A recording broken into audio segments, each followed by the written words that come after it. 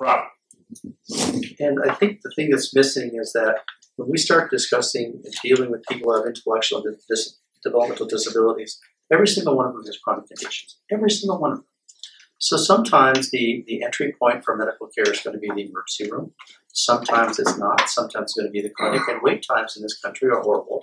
I mean, it's 4 weeks sometimes to get to see a primary care physician, unless you absolutely, unless you go to an urgent care clinic, but not everybody has Kaiser or has an HMO that's going to deal with that. So let's say that a family takes an individual and gets a procedure done, and an APS does an investigation. Well, we disagree with that physician. He shouldn't have done that, and we're therefore, because of preponderance of evidence, we're going to determine that that procedure was neglectful.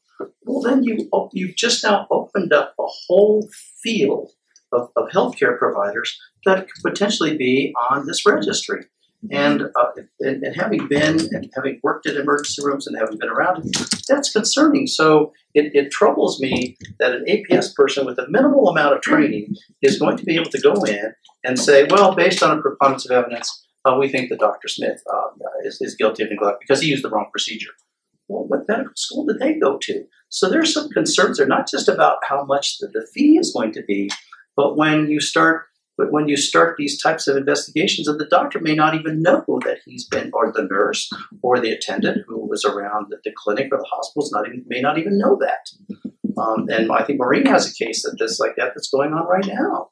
So there's concerns about this from a very high level on what this is starting to do, how this will affect the culture.